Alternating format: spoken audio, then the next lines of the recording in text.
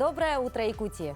Как всегда, в 7:00 по нашей доброй традиции на телеканале «Якутия-24» НВК Саха стартует утренняя программа. Каждый день мы просыпаемся вместе с нашими любимыми телезрителями. Мы рассказываем о самых главных новостях. Ну и, конечно, делимся полезной информацией. Поэтому просыпаемся. У нас уже четверг. Я думаю, все в предвкушении предстоящих выходных. Ну а мы сегодня в течение ближайшего часа, конечно, как всегда, поговорим на очень интересные темы. Например, как достижения наших спортсменок по дзюдо. Я думаю, республика уже знает про эти достижения, но у нас сегодня будут в студии гости, которые расскажут об этом более подробно. Также, дорогие друзья, мы разыграем сегодня 2 пригласительных кинотеатра «Центральный», поэтому оставайтесь с нами, потому что чуть позже я озвучу вопросы, и у вас будет возможность получить пригласительный в кинотеатр «Центральный». Для этого нужно будет быстро ответить. Отвечаем мы на нашем телеграм-канале. Вот вы видите его прямо сейчас. Если вы до сих пор не подписаны, отсканируйте QR-код. Вот прям в углу у вас видно, да? И подпишитесь на наш канал, и совсем скоро там уже будет продублирован вопрос нашей утренней викторины. Будьте в курсе всех событий, оставайтесь с нами. Также сегодня мы поговорим с вами о том, какая же выставка открылась в нашем Национальном художественном музее. В принципе, ее можно будет посетить уже в эти выходные. Ну а также, конечно же, будут постоянные рубрики, ну и все самое интересное только впереди. Итак, дорогие друзья, начнем, как всегда, с нашего рассказа о погоде. В центральных районах температура воздуха на 6 часов утра была на отметке минус 7 градусов. В Заречной группе 5 градусов ниже 0. В Южных 3 со знаком минус. В Вилюйской группе до плюс 2, в Нижнеленских 2 градуса ниже 0. В Западных минус 1 плюс 4. В Колымо-Дигирской группе Улусов до 11 градусов мороза, в Янских минус 6. На северо-западе 4-3 градуса со знаком минус. В Якутске температура воздуха на 6 часов утра была на отметке минус 7 градусов. Атмосферное давление 750 миллиметров ртутного столба. Штиль. Сегодня днем небольшой мокрый снег. Ветер западный 4,9 метров в секунду. Температура воздуха ожидается днем до плюс 4 градусов.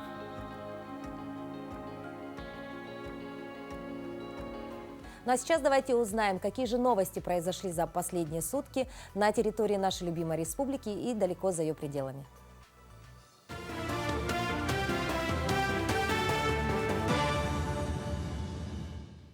Доброе утро, Якутия. Сейчас блок новостей. Российские ученые создали платформу документооборота на основе блокчейна, которая ускорит морские перевозки и позволит экспортерам снизить расходы. Решение представляет собой платформу для передачи транспортно-коммерческих документов, которые содержат описание груза и подтверждают право собственности, то есть так называемых электронных консаментов.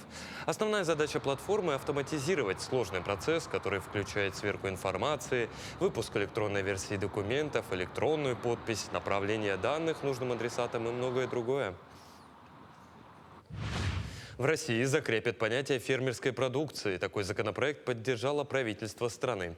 Также документ предполагает установку единых требований к агрегаторам подобных товаров и поддержку их сбыта. Например, организацию инфраструктуры для продажи. Кабмин поддержал законопроект о развитии сельского хозяйства. В проекте отзыва говорится, что под фермерской следует понимать сельхозпродукцию, которую будут производить малые и микропредприятия, крестьянские, фермерские хозяйства, сельхозхозяйственные потребительские кооперативы, а также физлицы, ведущие личное подсобное хозяйство и выплачивающие налог на профессиональный доход. Телефонные мошенники продолжают опустошать кошельки доверчивых нерюнгринцев. Подобные преступления регистрируются в районе практически каждый день. Только за последнюю неделю зарегистрировали 8 случаев дистанционного мошенничества. За текущий период 2023 года ущерб уже составляет около 80 миллионов рублей. В то время как за весь прошлый год сумма ущерба была на уровне 40 миллионов. Основная доля пострадавших – это работающее население в возрасте от 30 до 50 лет. Наиболее распространенными схемами по-прежнему являются звонки от имени банка или различных силовых структур. Необходимо помнить, никому нельзя ни при каких обстоятельствах сообщать свои персональные данные, данные банковских карт. Нельзя категорически называть коды из СМС-сообщений, приходящие из банка. Это все дает доступ мошенникам к вашим счетам, и они уже спокойно могут ими управлять. Следующее, что стоит запомнить, сотрудники банков, сотрудники правоохранительных органов, сотрудники других официальных организаций, как госуслуги, пенсионный фонд, они никогда не звонят посредством мессенджера WhatsApp, что сейчас тоже у нас участилось. Ну и, естественно, если вы хотите заработать деньги, да, не советуем вкладываться в сомнительные инвестиционные проекты, если вы не обладаете определенной финансовой грамотностью. 8 октября якутское телевидение отметит свое 60-летие. Именно 60 лет назад, в 1963 году, начала свою работу якутская студия телевидения. С тех пор и по настоящее время бесперебойную передачу телевизионного сигнала на территории всей республики обеспечивает коллектив АО «Арктик Телеком». Этот статус компания получила в 2021 году в реализации стратегии цифровой трансформации. Сегодня «Арктик Телеком» не только эксплуатирует уникальную сеть регионального эфира, но и является одним из крупнейших поставщиков телекоммуникационных услуг Якутии. Организует доступ к сети интернет и предоставляет множество других цифровых сервисов. Мы являемся региональным оператором по телевидению и радиовещанию, а также интернет-провайдером. Мы транслируем телевидение в 595 населенных пунктов, тем самым охватываем более 99% всего населения Республики Саха-Якутия. Транслируем каналы такие НВК Саха и Якутия-24. Выставку Николая Рязанского «Палитра родной земли» в эти дни показывали в Верхневилюйском музее истории. Этот тур по улусам организован в рамках мероприятий, посвященных 150-летию первого главы Амкинского района Афанасия Рязанского. Самодеятельный художник, член Творческого союза России, почетный гражданин Амкинского района, который проводит персональные выставки не только в Якутии, но и в Москве и в Санкт-Петербурге. Он привез свои картины маслом и несколько реконструкций. Техника у него, ну, как он говорит, самореализация самого человека сам должен проявлять каждый. И поэтому он мыслит как художник, и поэтому все мысли идут от деревни, от сельских жителей. И это и есть самобытность его.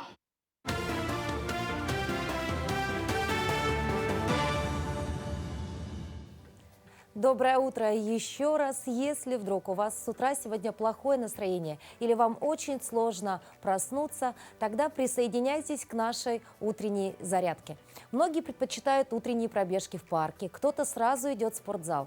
Ну а мы предлагаем более щадящий способ – это зарядка дома. В этом нам помогут именитая спортсменка, персональный тренер Сардана Осипова и многодетная мама Елена Винокурова. Здравствуйте, Сардана. Меня зовут Елена, мне 36 лет, и я мама 6 детей. И у меня к вам вопрос такой. Можно ли заниматься дома самостоятельно, если нет возможности заниматься в спортзале? Хочу сказать, что действительно это возможно заниматься дома. Носочки выходят за коврик. С этого положения мы садимся, как будто пытаемся сесть на маленький стульчик и встаем. Раз. 2. Хорошо. 3. И 4. Хорошо. Ставим стульчик перед собой также. Поднимаем правое колено и вытягиваем его назад. Таким образом мы накачиваем свою ягодичную мышцу. Чувствуете натяжение? Хорошо. Вперед. 2. Сделаем 5 раз на каждую ногу. 3. 4. И еще 1. 5. Хорошо. И вторая нога. И 1, 2, 3, 4, 5. Хорошо. Мы садимся на диван, выставляем одну ногу вперед, так, чтобы она была прямая. Это показатель того, на какой отрезок мы должны отвести ногу. Ставим вторую, отвели ягодицу и опускаемся вниз. И поднимаемся. 1. Работают мышцы трицепса, мышцы рук и мышцы спины подключаются. Хорошо, сделаем еще несколько раз. И еще 1 раз. Отлично. И еще, как подтянуть мышцы груди, да? Это очень хорошо поможет отжимание. Как выполнять правильно отжимание и с чего начинать вообще? Мы можем поставить руки на диван или же на кровать, поднять, отойти на нужное расстояние, держать корпус ровно и отжиматься. Опустились и поднялись. Опустились и поднялись. Корпус держим ровно и вместе с корпусом напряги мышцы живота, опускаемся и поднимаемся. Раз. Отлично. Мы можем перейти на следующий уровень. Это отжимание от пола. Тоже опускаемся и поднимаемся. Тяжело. Да, так сложнее, поэтому вам будет легче начать вот с первого варианта, и дальше, когда станет уже легче, переходите на этот уровень. Садимся в это положение и опускаемся на локти аккуратненько. И начнем также с легких упражнений. Поднятие колен к себе и опускание.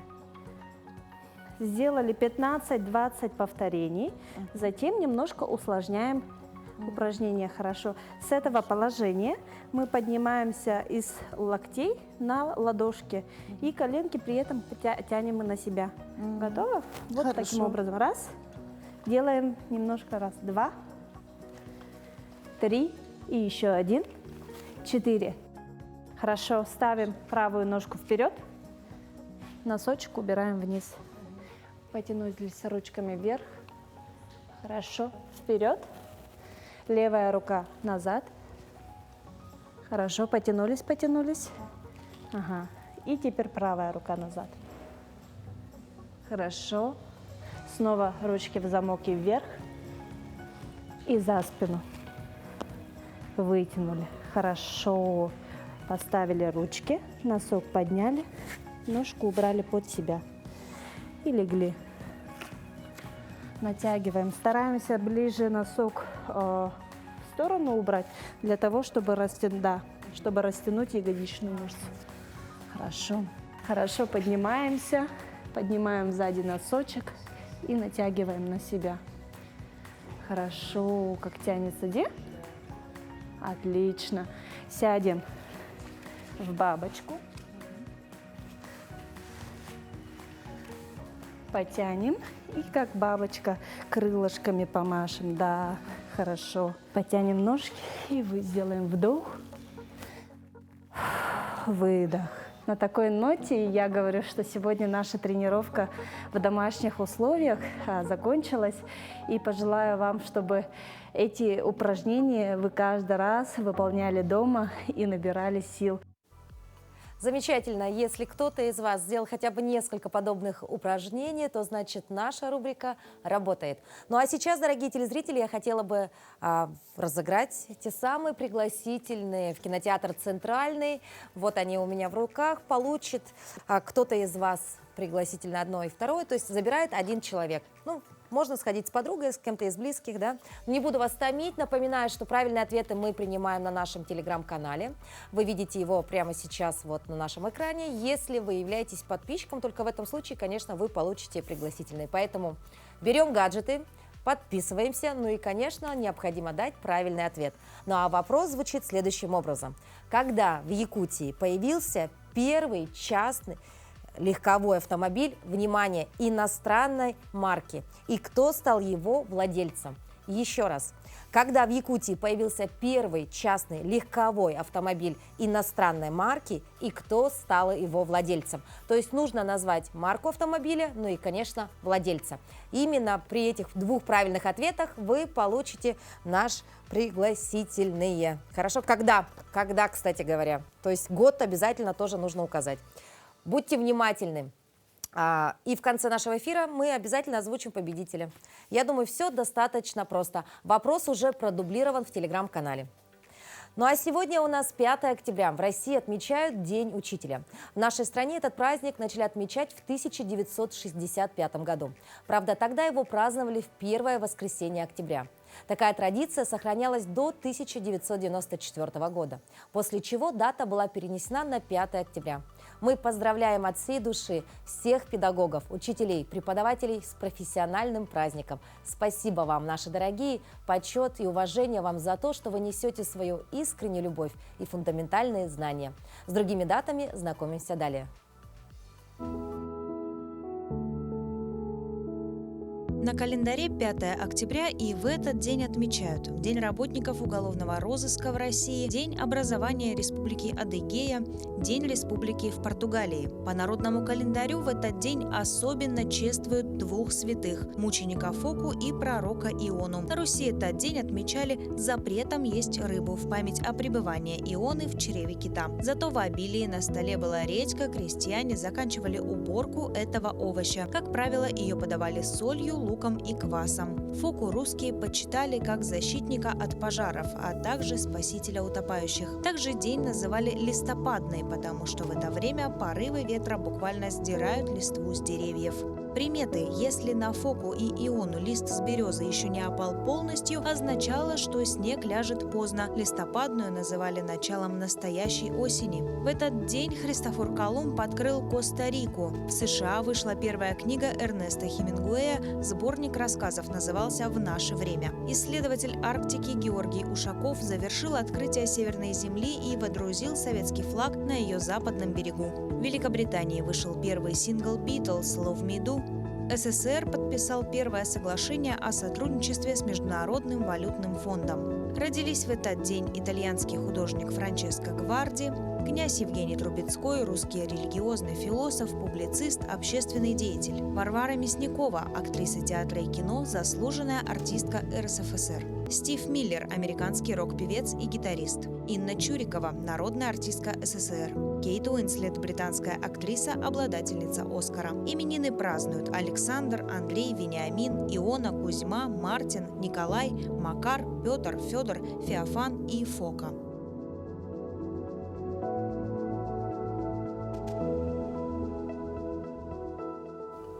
Но мы переходим к одной из самых ярких новостей в мире спорта. Золотую медаль по дзюдо взяла Аина Моисеева в весовой категории до 48 килограмм. Чемпионат среди мужчин и женщин прошел в городе Кемерово с 27 по 30 сентября. И мы очень рады, что сегодня Аина вместе со своим наставником гости нашей студии. Доброе утро! Доброе утро. Ну, для начала, конечно же, принимайте поздравления.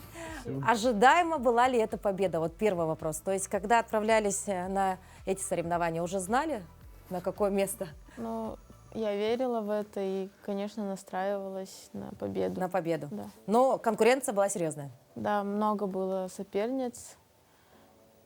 Вот. Ну, допустим, самое главное, кого ты считала своей соперницей? Вот кого больше всего опасалась? Ну, настраивалась на каждого. Но их было 4, наверное, самые основные, которые я ожидала, что буду с кем-то из них точно бороться. Дамдина, усердно ли готовили, да, Айну? Или у вас это совершенно календарный такой план, в котором, в принципе, ну, ничего особого нет, обыкновенный настрой? Я так скажу. Сейчас вы спросили, она готова ли была стать чемпионкой. Я думаю, что там всего было участников 519 человек во всех весовых категориях. Я думаю, каждый из них, собирая вещи на данный чемпионат, выезжал там с мечтой, да, с целью стать чемпионом. Поэтому, конечно, это было. Но, опять же, ввиду того, что большая конкуренция, плюс еще в дзюдо у нас можно реально вот где-то подсечку пропустил, и все, япон, и до свидания. Поэтому здесь уже нужно, как говорится, держать прямо пульс и настрой, и все на самом высоком уровне, чтобы стать чемпионом. И, ну, это, знаете как, на самом деле очень большой, сложный процесс. И, ну, так мы разговаривали за день до соревнования, говорю, успокойтесь, все, что нужно было, сделали.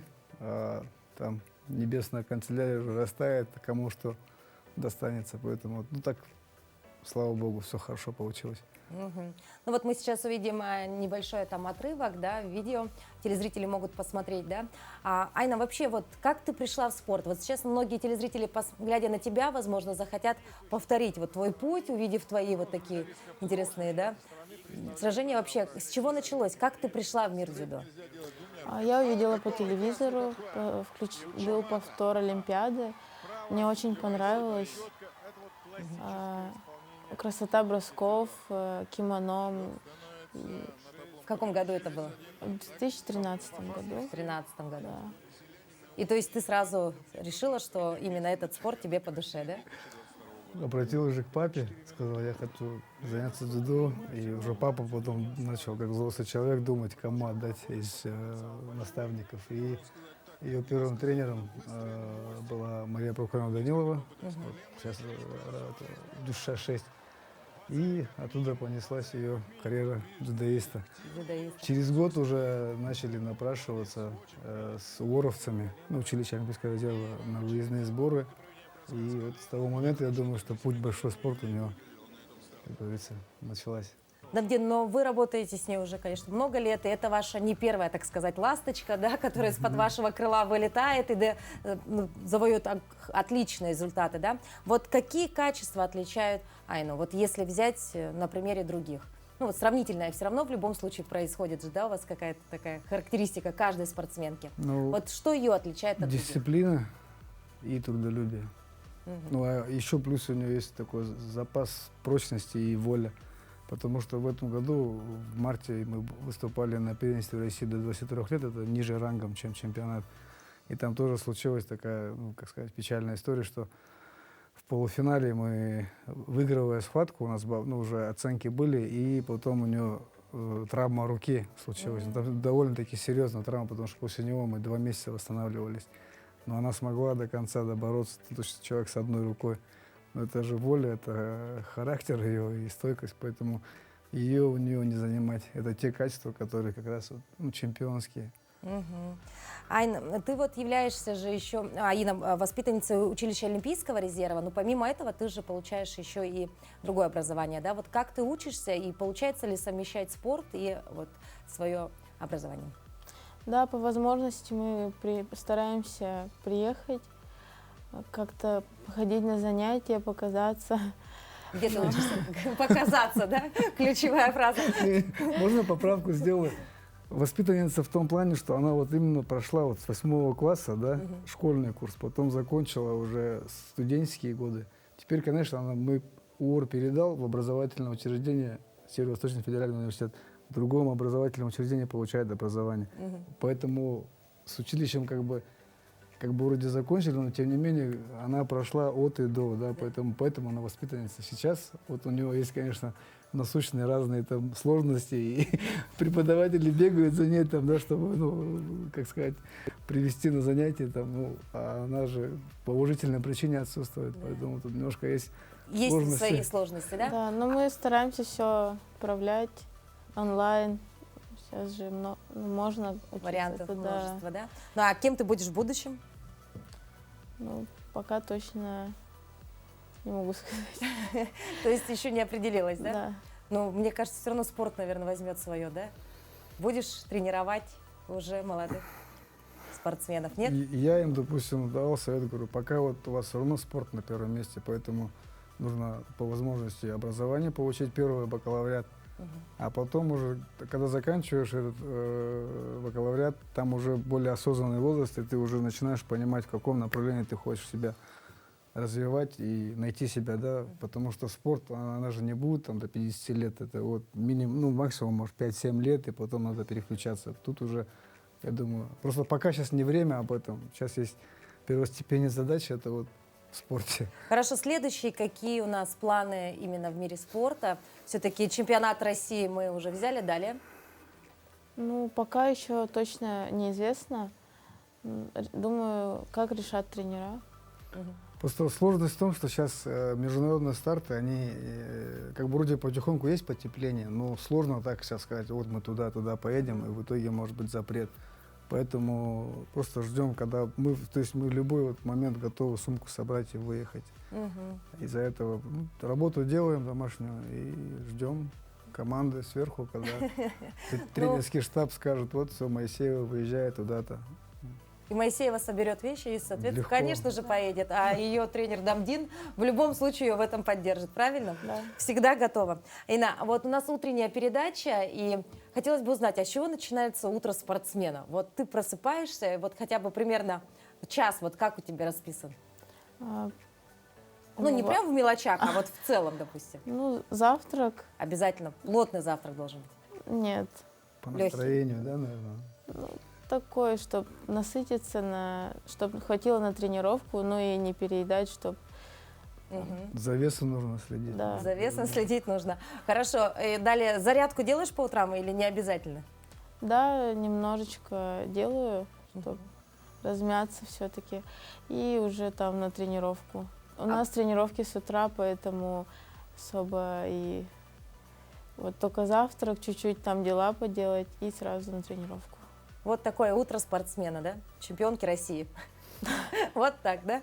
Ничего, в принципе, особенного, да? Все, все. Но если не поддаваться в подробности, Да. там мелочи не говорить. Дамдин, а если взять вот в целом, родители сейчас подумают, вот тоже хочу, чтобы у меня дочка стала чемпионкой России. Вот мы говорим только про девочек сейчас, да? А какие вот моменты должен увидеть родитель в своем ребенке, чтобы сказать, что в принципе, мне кажется, вот она будущее или там, допустим, нынешняя уже Я дзюдоистка? думаю, что это, ну, мое мнение, это чисто, да, что это так сразу сходу сказать, что она в будущем будет чемпионка, это огромное давление для ребенка. И, ну, часто так бывает, что это все вытекает в большие скандалы, там, да, и потом родители с детьми не общаются и так далее. Я думаю, что должно быть, как вот Аина рассказала, она сама увидела в телевизоре передачу, ну, повтор Олимпиады предыдущего года, влюбилась, и когда вот это внутреннее идет желание, да, тогда не надо ребенка заставлять идти на тренировку. Все будет сами. Поэтому, мне кажется, тут нужно немножко подойти тактично, да, и сначала ребенка влюбить, там, пускай бокс, не знаю, что угодно, шахматы, там, я не говорю сейчас про наш вид спорта, вообще в целом. Если ребенок это полюбил, он будет его делать сам. А если вот так вот Заставлять? у папы или у мамы там какие-то большие амбиции, да, которые, ну, в свое время в силу разных обстоятельств не реализовал, а потом пытается на маленьком чаде, это реально выходит, ну, что-то суразное такое, печальное, наверное, так. Поэтому, если так вот, ну, Слушать зайти... ребенка надо. Да, не, ну, нужно же, опять же, там, видимо, нужные каналы включать как-то, да, и вот как вот сейчас мне приятно, что Аинин бросок гуляет по WhatsApp, по всем группам, там, да, или еще что-то, я думаю, и потом вижу там комментарии друзей, там, да, все, там, дочку, сына отдаем, там, спорт, Глядя потому на что ее пример, да? ребенок увидел, о, оказывается, так все красиво, так все можно. Вот. Но опять же, это же мы сейчас видим только вот эту красивую, вот эту лицевую сторону, да, вот этого всего там. А мы же знаем, что у этой красивой стороны есть другая сторона, Да, там наоборот. тоже, поэтому надо быть готовым и к этому, и к тому. Ну что, спасибо большое, что посетили наш утренний эфир. Не Вам будем спасибо. задерживать, тренировка ждет, скорее всего, да. Ну и мы вновь поздравляем вас. Ну и, конечно, республика гордится вами. Спасибо вам большое. Спасибо. Мы сейчас прервемся на небольшую паузу, ну а позже вернемся в прямой эфир. Бюджет Российской Федерации разделяется на 3 уровня – федеральный, региональный и местный. Важным элементом наполнения местного бюджета являются расчеты с торговых мест, а также оплаты при оказании услуг и работ при использовании контрольно-кассовой техники индивидуальными предпринимателями и юридическими лицами. Все эти платежи попадают в местный бюджет посредством налогообложения. Отчисления с каждого рубля идут на благоустройство дворов и окружающей среды, освещение, газификацию, здравоохранение, иные социальные, инфраструктурные и экономические нужды муниципалитетов. Не выдали кассовый чек? Обратитесь в ФНС России.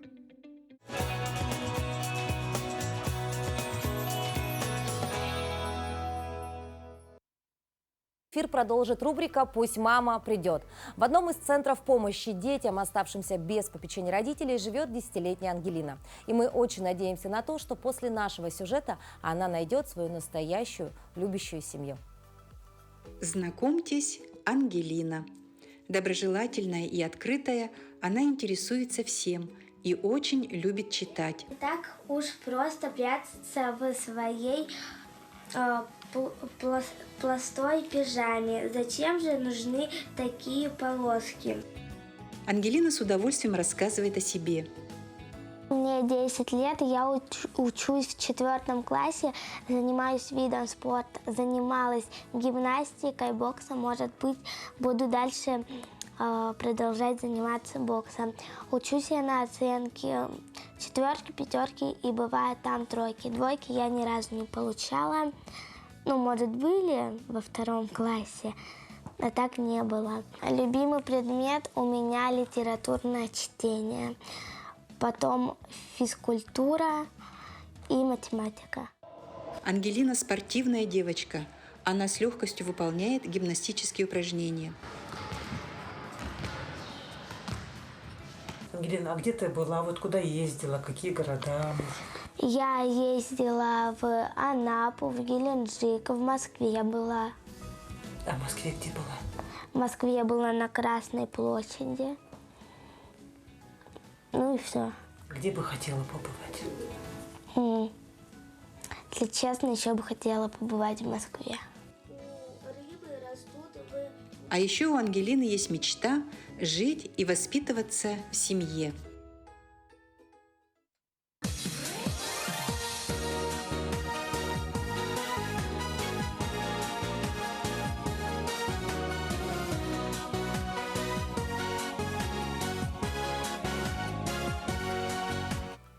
В Национальном художественном музее Якутии открылась выставка Олега Ковалевского «Автограф души», посвященная 95-летию художника из плеяды тех, кто вывели якутскую графику на всесоюзный международный уровень. Я рада представить вам нашу утреннюю гостью. Это Ольга Фролова. Она методист Национального художественного музея. Доброе утро. Доброе утро. Ольга Васильевна, вас знают все как, значит, нашего коллегу. Да? Это вы являетесь автором рубрики «Музейный гид». Вот расскажите немного о той выставке, которую мы сегодня будем обсуждать. Это «Автограф души». Ну, хочется сказать, что очень красивая выставка. Да? Она посвящена Олегу Михайловичу Ковалевскому, приурочена к его 95-летию. И вот такое красивое название, оно вообще-то не случайно. Потому что в каждом листе, который представлен на выставке, конечно, живет отражение самого художника. Это его впечатление, это его, что его привлекало, его интересы, что ему было, куда он ездил, это его поездки. И, конечно, это большое чувство большого художника в каждой его работе. Поэтому и выставка называется так красиво «Автограф души». Угу. Сколько работ выставлено будет вообще на этой выставке, да и вообще есть в наличии вот в фонде музея?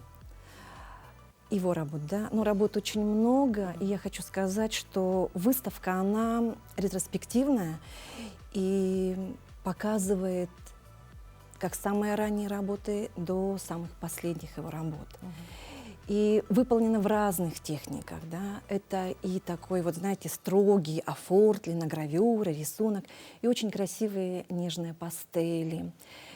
И хочется сказать об этом человеке, об этом художнике, что он был, такое ощущение, что он был очень, мы же его не знали, да, вот я его не знала, очень добрым человек, открытый, большой души, это видно по его работам. И он очень любил город Якутск, он коренной якутянин.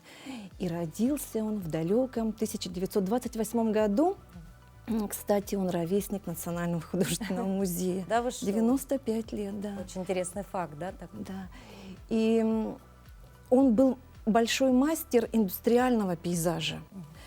И поэтому на выставке представлена очень такая большая серия, интересная, пейзажи. Это как развивалась Якутия, как она строилась.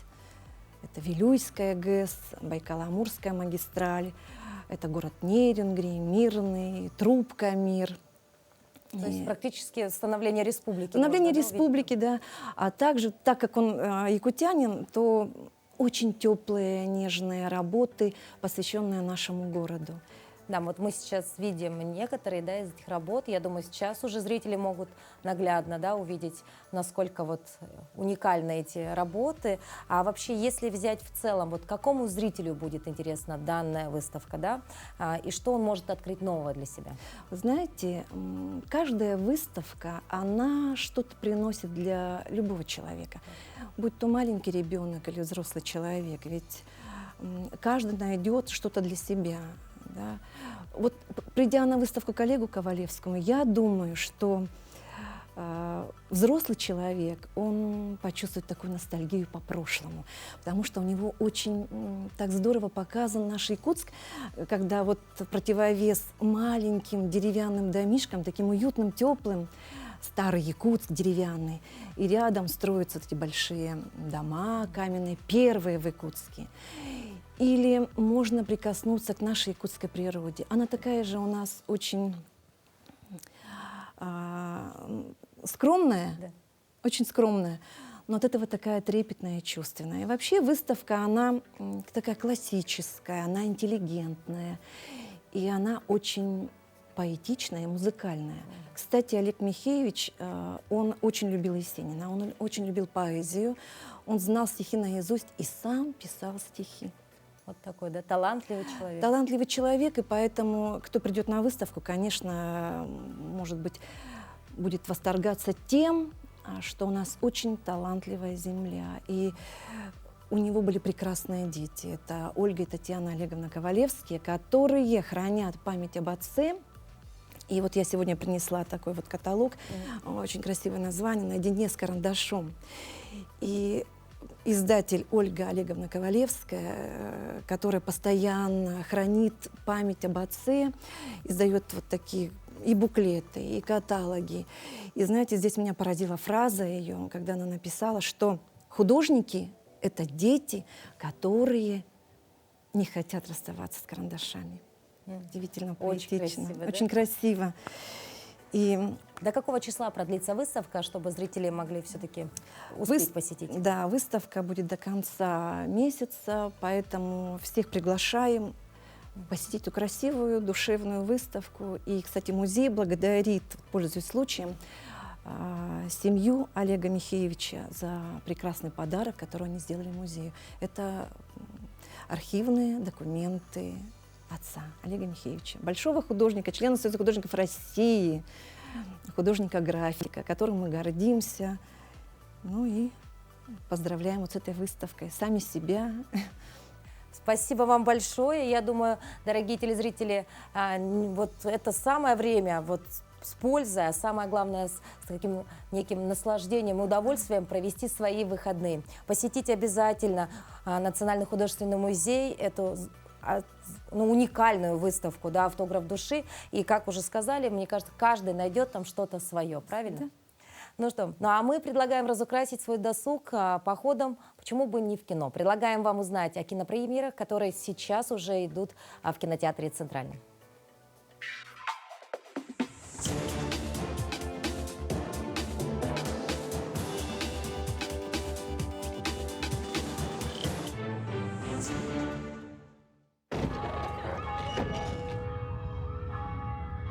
С этой школой что-то не так. Смотрите в кинотеатре «Центральный» с этого четверга. Странно все как-то. Вторую часть фильма ужасов «Проклятие монахини». Сюжет развернется во Франции в 1956 году. В школе-интернате сестра Ирен сталкивается с демонической силой Валак, принявшим обличие монахини. Действие происходит через 4 года после окончания первого фильма.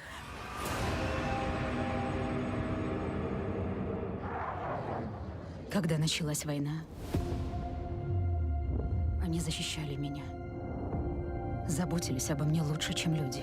Премьера фантастической киноленты «Создатель». Режиссером стал Гаррет Эдвардс, известный по таким фильмам, как «Годзилла» 2014 года и «Изгой 1. Звездные войны. Истории». Искусственный интеллект, созданный для нашей защиты, взорвал ядерную бомбу в Лос-Анджелесе. Главную роль исполнил Джон Дэвид Вашингтон, памятный по ключевой роли в фильме «Довод» от Кристофера Нолана. Многие критики и публичные люди, кто уже посмотрел эту картину на предпремьерном показе, остались в полном восторге. Некоторые ставят новый фильм на уровень «Матрицы» и «Терминатора». «Изгой 1». Вы нашли оружие? Да, это ребенок. Создатель рассказывает историю о постапокалиптическом будущем, где люди сражаются с искусственным интеллектом. Бывший агент спецназа Джошуа отправляется на поиски создателя прогрессивного искусственного интеллекта, который обладает оружием, способным уничтожить все человечество. В ходе путешествия Джошуа познакомится с искусственным интеллектом, принявшим образ ребенка, который пытается разобраться в сущности человеческой жизни.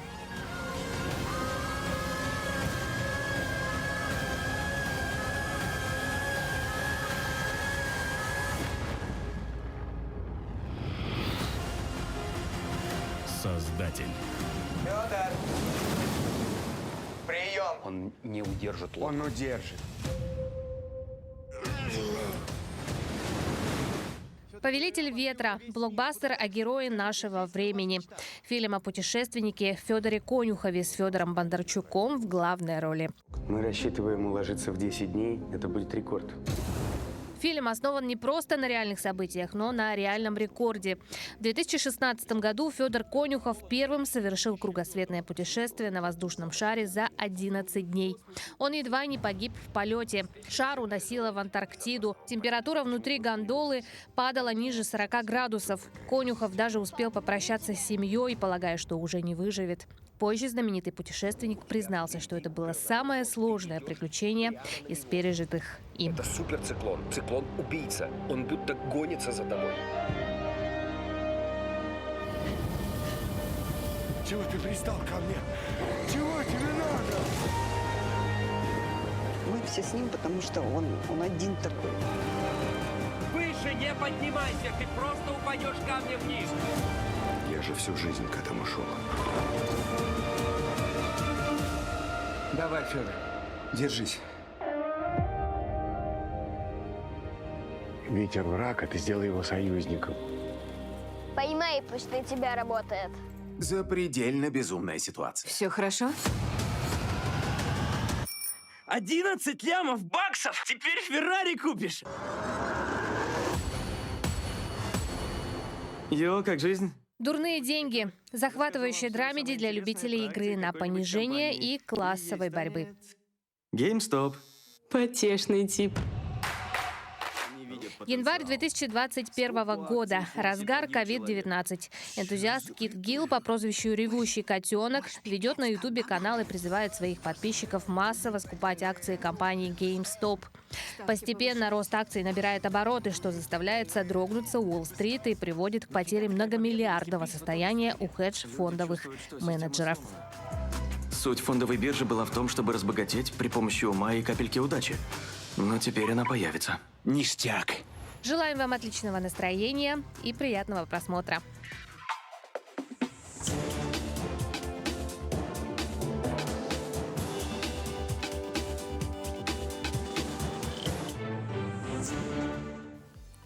А мы вновь рады передать слово нашим коллегам из новостного отдела.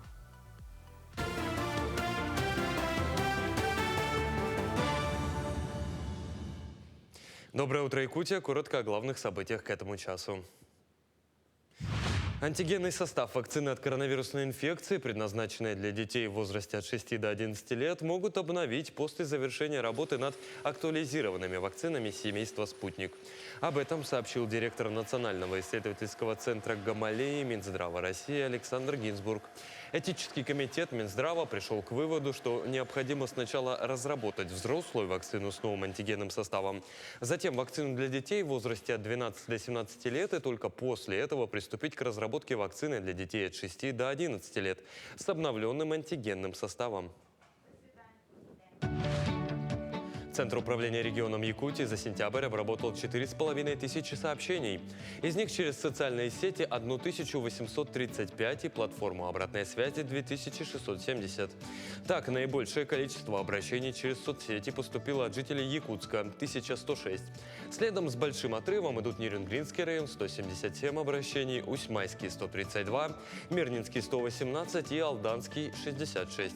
На сегодня от общего количества обращений решены 4044, в работе находится 461. В рамках декады пожилых медицинские работники посещают на дому старшее поколение. А в 202-м микрорайоне, который прикреплен к медицинскому центру Якутска, проживают более 500 пожилых граждан. Из них половина находится под наблюдением врача-терапевта Саины Федуловой. Сегодня она проверила состояние здоровья ветерана педагогического труда Февронии Егоровой. Ей 72 года, переболев ковидом, она страдает болезнями почек и 3 раза в неделю лечится гемодиализным аппаратом. Очень благодарна своей родной поликлинике 5-й, которая постоянно заботится о нас, уделяет большое внимание.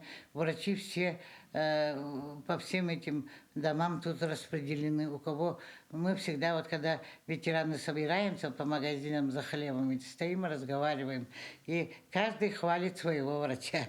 А у нас врач Федулова Саина Михайловна, мы ей очень благодарны.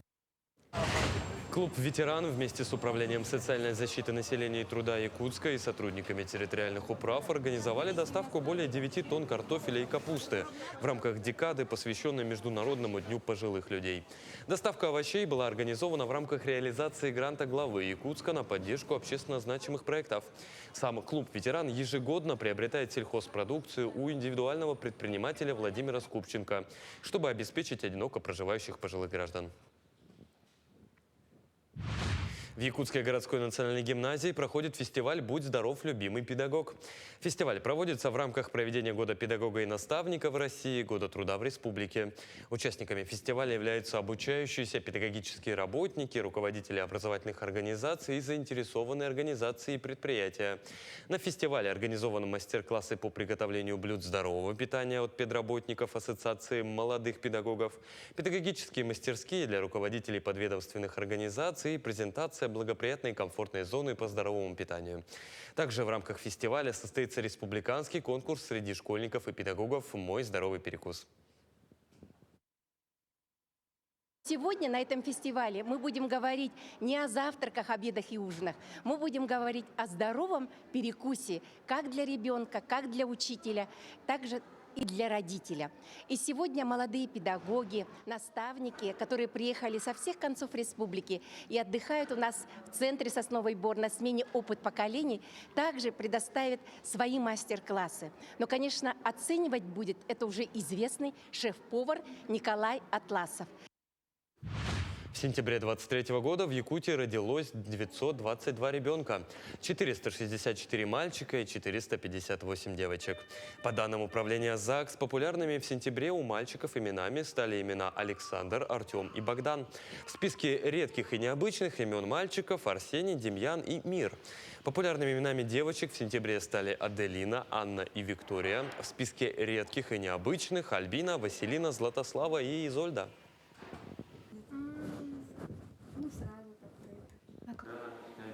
Это были все новости к этому часу. Оставайтесь с нами.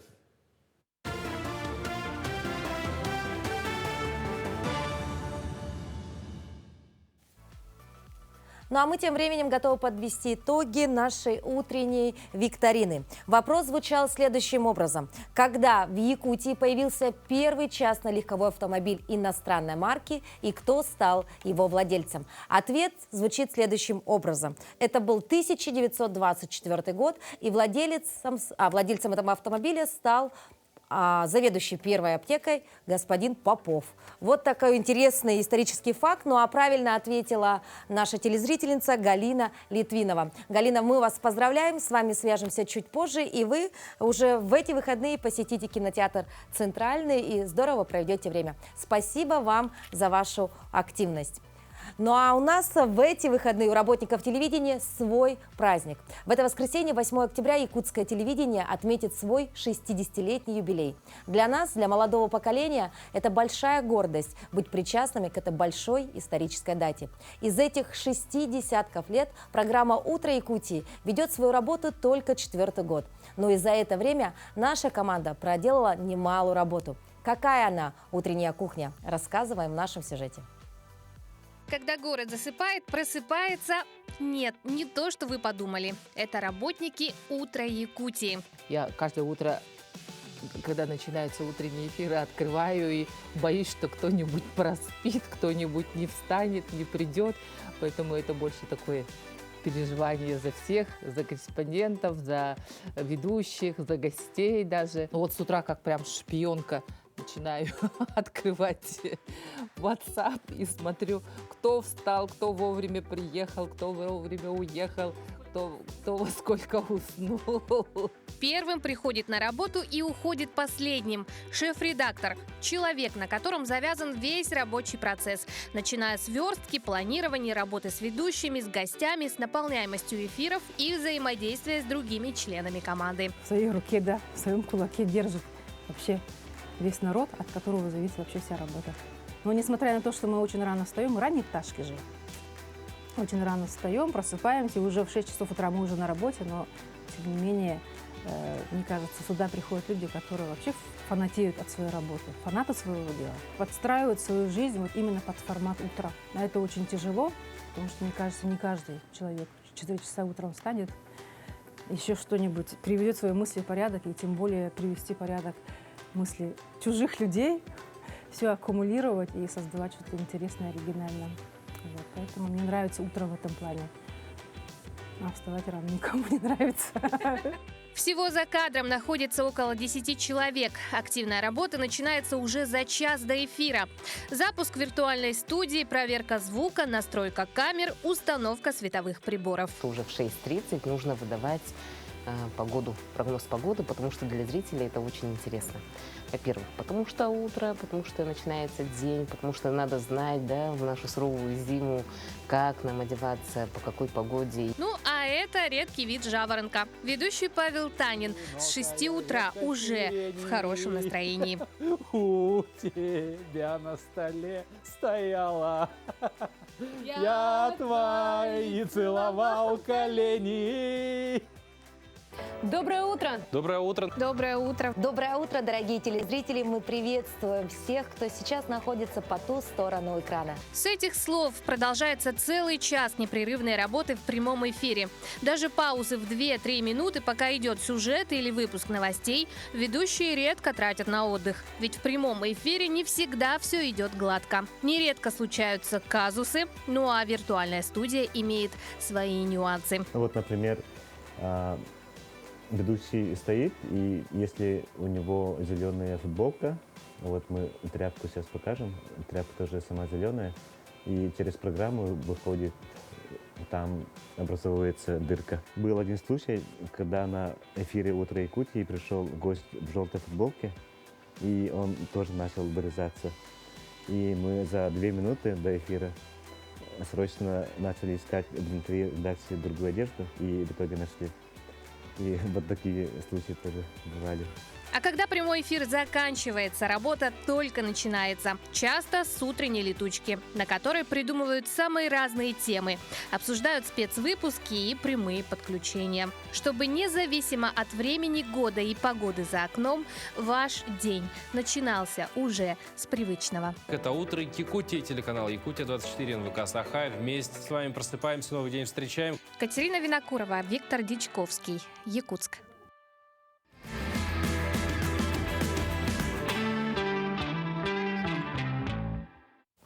Есть у нас на телевидении и такая профессия, как художник-постановщик. Это человек, отвечающий за увиденное. Его задача не просто собрать и расставить декорации на площадке, он создает живой мир. Мы трапецию делаем, Вань, вот трапеция у нас получается. Там белый фон. На тройку лучше поставить. Специализация художника, потому что нужно понимать, что это замкнутое пространство, что это искусственное освещение, что это заданные размеры определенные, то есть рамочка нашего экрана. Вот, все в этих размерах. И что удивительно, что вы картинку выстраиваете не сколько вот чтобы красиво, а чтобы вот это вот помещалось вот в этот квадратик. И все исходя вот из этого квадратика, из этого формата. Не зря художник-постановщик, когда вы смотрите передачу, или, то есть титры какой-либо фильма, какой-то передачи, он стоит третьим. Нужно эстетически понимать, что такое красиво, как сделать, допустим, драпировку в кадре, как нужно, чтобы падал свет, потому что, ну, как бы основные законы света и световых теней никто не отменял. Вот с твоего профессионального взгляда, каким было телевидение тогда И какое вот сегодня, вот насколько изменилось, насколько стало легче, не легче работать? Изменился свет, изменилось качество изображения, ну, то есть сами камеры, качество камер. У нас, в принципе, в студии стоят не самые плохие камеры, так сказать, может быть, не самые последние, но не самые плохие. Изменилось качество декораций. Раньше очень много рисовалось своими руками, клеилось из бумаги, из картона. Принципиально работа, ну, все равно не изменилась. То есть принцип художника-постановщика – это создать картинку, которая будет помещаться в экран. Да, вот так. То есть, чтобы в этом, вот в этом квадратике, прямоугольнике, там, значит, как, чтобы там было интересно, я бы так сказала. Бывает так, что мы поставлены в условия, когда новый проект возникает не в начале сезона, а где-то в середине. И, допустим, нужно создать то, что мы уже имеем на материальном, так сказать, обеспечении. Тебе дают 4 квадрата, да, или там 3 прямоугольника, или 3 треугольника, и ты должен каждый раз составлять какую-то пирамидку, которая отличалась от предыдущей. Но есть как бы математически все равно определенное количество предметов, иссякает в конечном случае набор, но зритель все равно увидит те же самые треугольнички, квадратики, круги. И, в общем, чтобы не было путаницы, поэтому приходится придумывать, там, переворачивать треугольник, там, я не знаю, квадрат делить на 2 части. Ну, то есть, в общем, приходится думать так, что... Извращаться совершенно верно. Мне очень нравится, честно говоря, подготавливать съемки новогоднего представления, вот, честно говоря, потому что, я открою секрет, он снимается очень долго, несколько дней, и снимаются здесь круглые сутки буквально. Мы ночуем здесь и, так сказать, долго тратим время на установки. Очень большое количество людей задействованы, и извне, и внутренний коллектив, и какие-то необычные идеи возникают. Это очень интересно. Ну, у нас дружный коллектив очень. Благодаря, кстати, нашему руководителю, я считаю, что это немаловажная роль. Руководитель, который задает тон коллектива, вот, коллективу здоровых отношений, не склочничать, не пакостить друг другу, там, не стоять друг за друга горой. Руководитель у нас Лидия Михайловна Васильева, она вот как раз такую, обладает такими качествами лидера, так я бы сказала. И мы знаем, что мы за ней как за каменной стеной, но мы можем как и по шапке от нее получить за какие-то свои там проступки. И тем не менее, она у нас как мама. Телевидение – это правда, это, ну, как вот был фильм «Москва слезам не верит». Ой, за телевидением будущее. Сейчас телевидение говорит, вот оно умирает. Телевидение переместилось в интернет, да, но оно не перестало быть телевидением при этом. Телевидение будет меняться так же, как и меняется сама жизнь. Просто-напросто. Все. Вот таким было утро четверга. Мы не прощаемся с вами, дорогие телезрители. Завтра ровно в 7:00 на телеканале Якутия-24 НВК Саха «Утро Якутии» будет вновь приветствовать вас. До новых встреч!